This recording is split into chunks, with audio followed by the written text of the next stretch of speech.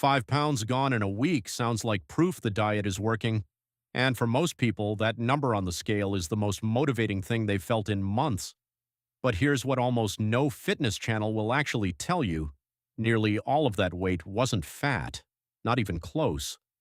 Your body did something far more predictable, and once you understand what's really happening inside you during that first week, you'll never be fooled by a fast start again, and you'll finally know what it actually takes to lose weight that doesn't come back. That's not a scare tactic. That's just what's actually happening inside your body, and once you understand it, everything about losing weight starts to make more sense. Most fitness channels won't tell you this because it doesn't make for a clean, exciting thumbnail. But here's the honest truth about what happens when you try to lose weight in a week, what that number on the scale actually means, why the scale lies to you every single day, and what you actually need to do to lose real fat that doesn't come back. And stick around because the last thing I'm going to cover is the one most people completely miss, and it's the thing that decides whether any of this sticks long term. Let's start with the number one thing that explains almost every dramatic week one result you've ever seen or heard about. A well-nourished adult stores roughly 500 grams of glycogen in their body. Glycogen is just how your body stores carbohydrates. It's basically your short-term fuel tank. And here's the part that changes everything. Glycogen retains water when stored in the body, typically at a ratio of 3 grams of water for every 1 gram of glycogen. So when you start eating less, or you cut carbs, your body starts burning through that glycogen, and when the glycogen goes, the water attached to it goes with it.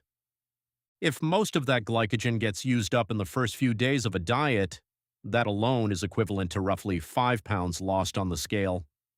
5 pounds. In days. And none of it was fat. About 70% of weight loss during the first few days is due to body water and glycogen losses. About 25% comes from body fat stores, and only 5% from body protein. So that dramatic drop that makes you feel like the diet is working? It's real weight leaving your body, but it's not the weight you think it is. You didn't lose 5 pounds of fat. You drained your fuel tank and flushed the water that was holding it in place. Now here's the part that almost nobody knows, and it genuinely surprised me when I first came across it. When you actually do lose fat, real fat, where does it go? Most people assume you sweat it out or it turns into energy somehow. During weight loss, 84% of the fat that is lost turns into carbon dioxide and leaves the body through the lungs, while the remaining 16% becomes water. You breathe your fat out, literally. The lungs are the primary excretory organ for weight loss. Researchers at the University of New South Wales published this in the BMJ, and when they surveyed doctors, dietitians, and personal trainers before publishing, more than half thought that fat was converted into heat or energy as the body breaks it down. Even the people who are supposed to know this stuff had it wrong. So the next time you finish a workout and you're breathing hard, that's closer to fat loss than any amount of sweating. The sweat is just water. The exhale is where the fat actually exits. But okay, so now you know that week one is mostly water, and you know that real fat leaves through your breath. Here's where it gets interesting, because the scale doesn't just lie at the start, it lies every single day, and if you don't know why, it will mess with your head constantly. Your body weight can swing several pounds in a single day with zero change in actual fat. Think about what the scale is measuring. Food sitting in your stomach, water you drank, sodium from yesterday's meal that's making your body hold fluid, and undigested waste in your gut. Even a modest meal can add 1 to 2 pounds of gut contents alone. None of that is fat. All of it shows up on the scale, so if you weigh yourself every morning and treat each number like a verdict, you're not tracking fat loss, you're tracking noise.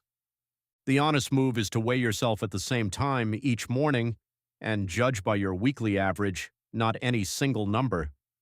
One bad day on the scale means nothing. A trend over 2 or 3 weeks means everything. And here's something that makes this even more complicated, something called the Woosh Effect, and it's the reason people quit right when the diet is actually working. Research shows that a prolonged calorie deficit raises cortisol levels, and that causes increased water retention. Cortisol is your stress hormone, and your body treats aggressive dieting as a form of stress. So what happens is this: you're genuinely losing fat, but the cortisol from the deficit is making your body hold on to water at the same time. The scale stalls.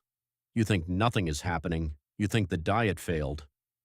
But underneath that water, fat is actually leaving, and then, sometimes overnight, your body releases that water all at once, and you wake up 2 or 3 pounds lighter than you were the day before. That's the whoosh. It feels like magic, but it's just your body finally letting go of water that was masking fat loss that already happened days earlier. Be honest, have you ever quit a diet during a stall right before the scale was about to drop? Because most people have. And now you know exactly why that happens. And this brings us to the thing I said at the start that most people miss entirely, and it's the one that actually determines whether any of this works long term. The way you lose weight in week 1 sets the tone for everything that follows, because the faster and more extreme the approach, the more of that lost weight isn't fat, it's muscle. Up to 70% of early rapid weight loss is water and glycogen, and about 5% can come from body protein. Crash dieting burns through muscle tissue, which slows your metabolism and makes the weight easier to regain. And on top of that, within days of severe restriction, your body quietly starts reducing something called NEAT, non-exercise activity thermogenesis. That's all the little movement you do without thinking, fidgeting, walking a little more slowly, standing instead of sitting. Your body dials all of that down automatically to conserve energy.